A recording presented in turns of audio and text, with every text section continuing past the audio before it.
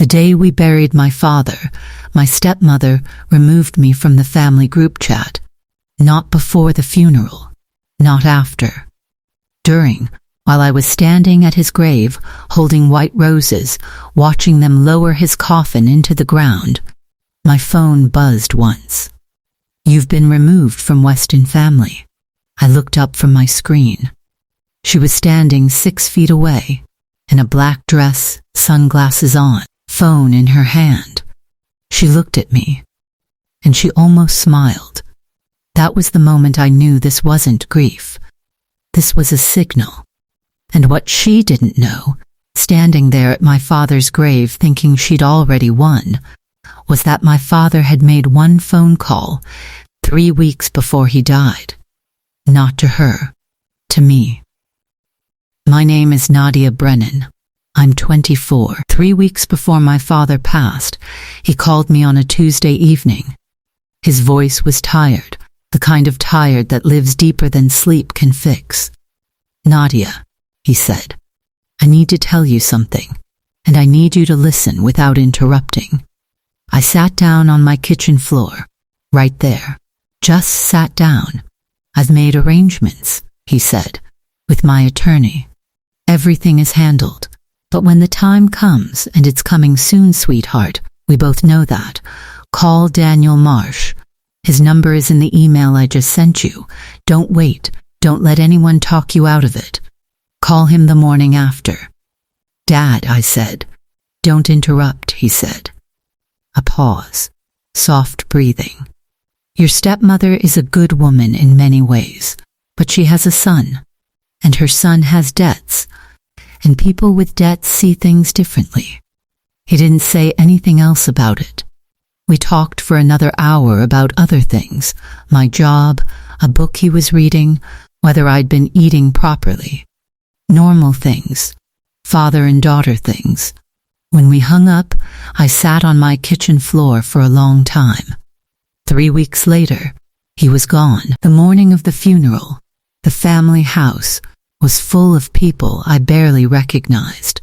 My stepmother Linda's family, her sister's husband, 3 cousins, and her son Derek, occupied every corner of the house like they'd already moved in. Derek was 29. He had the handshake of a man who wanted you to think he was important, and the eyes of a man calculating how much everything around him was worth. I'd never liked Derek. I'd never trusted Derek. And standing in my father's kitchen that morning, watching Derek open my father's refrigerator and help himself without asking, I understood what my father had meant. People with debt see things differently. Linda found me in the hallway. She was composed, perfectly dressed. Her grief was real in some ways. I believe she loved my father in her own way, but underneath it, something else was already moving. "Nadia," she said, touching my arm. "After today, we should sit down. Talk about the house. Your father would have wanted things settled quickly." "The house," I repeated. "It's a lot for me to manage alone." "Derek thinks," she started. "Let's get through today first," I said. She nodded, smiled tightly, and 2 hours later, at the graveside, while I was saying goodbye to my father, she removed me from the family chat. I called Daniel Marsh the next morning at 8 a.m. He answered on the second ring like he'd been expecting me. "Nadia Brennan," he said. "Your father told me you'd call. Come in this afternoon." His office was quiet. Dark wood, tall bookshelves, the kind of room that felt like it kept secrets well. He opened a folder with my father's name on it. "Your father came to me 8 months ago," Daniel said. He was very clear about what he wanted and very clear about why. He laid a document on the desk. Your father's house, his savings account, and his investment portfolio, total value approximately $890,000, are held in a trust. The Brennan Family Trust, established 8 months ago. I stared at the paper. "You are the sole beneficiary," Daniel said.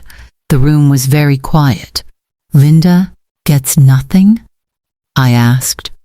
Your father left Linda a separate amount, $40,000, specifically designated for living expenses during a transition period. He was not unkind, but the primary estate, the house, the savings, the investments, is yours. I pressed my hands flat on my knees. He never told me, I said. He told me you'd say that, Daniel said, almost smiling. He said, and I'm quoting, Nadia would argue with me about it. So don't tell her until it's done. My throat tightened. That was my father. Precise, practical, always 3 steps ahead. There's one more thing, Daniel said. He pulled out a second page. Derek Holloway, Linda's son, filed a request at the courthouse yesterday morning. He's claiming your father promised him a portion of the estate verbally and is seeking to contest the will. He filed yesterday, I said, the day after the funeral. Yes, Daniel said. I thought about Derek at the refrigerator, Derek's calculating eyes. Derek's debts. Can he win? I asked. Daniel folded his hands. A verbal promise with no witnesses, no documentation. Against a properly established trust with full legal documentation? He paused. No, Linda called me that afternoon. Her voice had changed. The composed grief from the funeral was gone. What replaced it was something harder. I know you went to see Daniel Marsh, she said. Yes, I said. Nadia, your father wasn't thinking clearly at the end. The trust. He set that up when he was on medication, when he was frightened. He set it up 8 months ago, I said, when he was diagnosed, when he was completely clear-headed and had time to think. Derek has texts, she started. Linda, I said. I kept my voice steady. My father called me 3 weeks before he died.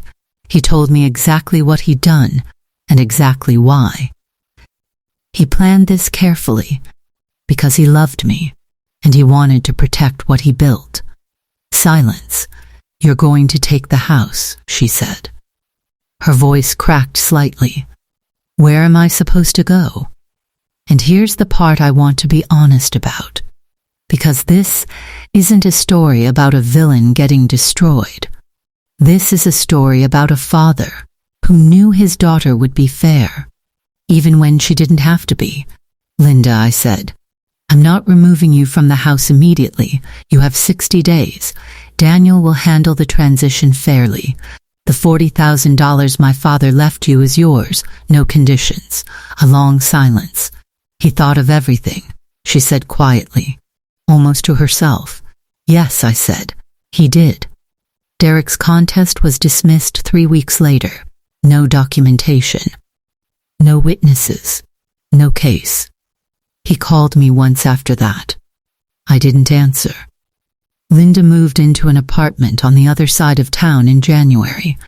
We don't speak often, but when we do, it's civil. My father would have wanted that. I moved into the house in February. The first morning I woke up there, I made coffee in my father's kitchen. His brand, the one he ordered every month, and I sat at his table and I read the letter Daniel gave me. 1 page. My father's handwriting. The last line said, You were always the one who showed up, Nadia, so I made sure you'd always have somewhere to come home to. I folded the letter. I put it in the drawer where I'll always know where it is. And I sat in my father's house, in the morning light, and I finally let myself cry. Not from sadness, from the feeling of being seen. Completely, quietly, and permanently, by someone who is no longer here to tell. If someone has ever protected you like that, quietly, without making a show of it, tell me in the comments. I read every single one. And if this story stayed with you, please subscribe. There is more coming.